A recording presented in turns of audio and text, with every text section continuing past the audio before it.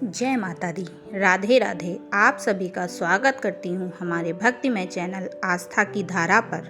और इस पावन नवरात्रि श्रृंखला में नवरात्रि का पर्व माँ दुर्गा और उनके 9 स्वरूपों की भक्ति का अद्भुत संगम है। इन 9 दिनों में माँ की पूजा अर्चना की जाती है। नवरात्रि के प्रथम दिन से आखिरी दिन तक प्रतिदिन अलग अलग देवी की पूजा की जाती है।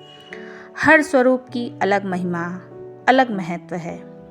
ऐसा माना जाता है कि यदि हम प्रत्येक देवी को उनके प्रिय भोग अर्पित करें तो वे तुरंत प्रसन्न होकर अपने भक्तों पर असीम कृपा बरसाती हैं। शास्त्रों में हमें वर्णन मिलता है कि हर देवी का स्वभाव अलग अलग है और उसी अनुसार उनका प्रिय भोग भी अलग है। किसी देवी को गुड़ तो किसी देवी को शहद, वहीं किसी को घी तो किसी को दूध प्रिय है। इन सरल और सहज भोगों को श्रद्धा और भक्ति भाव से अर्पित करने से जीवन में सुख, शांति, शक्ति और समृद्धि की प्राप्ति होती है। तो आइए जानते हैं इस पावन अवसर पर हम नवरात्रि के 9 दिनों में 9 देवियों के प्रिय भोग कौन कौन से हैं और उन्हें अर्पित करने से हमें क्या क्या फल मिलता है। तो नवरात्रि के प्रथम दिन माता शैलपुत्री का होता है, जिन्हें घी प्रिय है। माता शैलपुत्री को घी का भोग लगाने से हमें जीवन में शुद्धता और स्वास्थ्य की प्राप्ति होती है। द्वितीय दिन जो कि माता ब्रह्मचारिणी का होता है, इस दिन हमें चीनी या मिश्री का भोग लगाना चाहिए।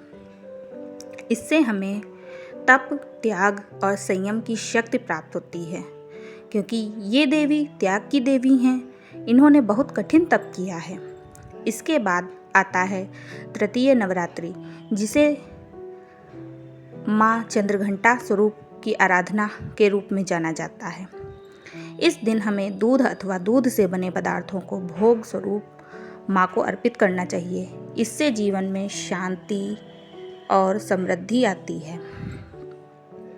इसके बाद चौथे दिन माता रानी के कुसमांडा स्वरूप की पूजा की जाती है, जिनका प्रिय भोग मालपुआ है और इससे बुद्धि और निर्णय लेने की क्षमता का विकास होता है।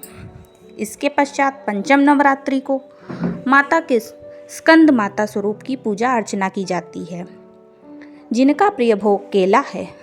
इसको माता को अर्पित करने से संतान सुख और पारिवारिक सुख समृद्धि मिलती है। छठे दिन माता की कात्यायनी स्वरूप की पूजा होती है, जिनका प्रिय भोग शहद है।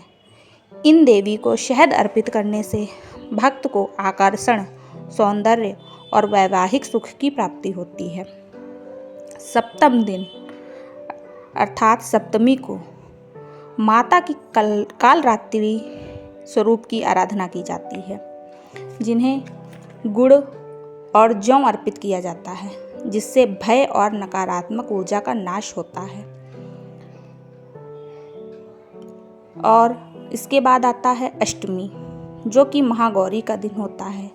इस दिन हमें भोग में सूखा नारियल और गुड़ का भोग लगाना चाहिए और इससे हमें शुद्धता, पवित्रता और वैवाहिक सुख समृद्धि मिलती है। अगर जानकारी अच्छी लग रही हो तो लाइक करें, कमेंट करें और सब्सक्राइब करें। आपके लिए इस चैनल पर इस तरह की जानकारी लाती रहूँगी।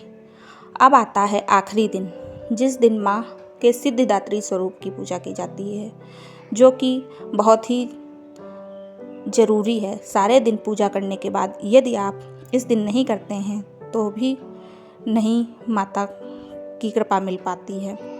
इस दिन हमें तिल और नारियल भोग स्वरूप अर्पित करना चाहिए, जिससे हमें सारे सिद्धियों और मोक्ष की प्राप्ति होती है। तो ये थे माँ के भोग की जानकारियाँ। माँ के भोग की जानकारियों को जुटाकर मैंने ये वीडियो बनाया है और आगे भी लाती रहूँगी। बस सपोर्ट करते रहिए। जय माता दी, जय माता दी।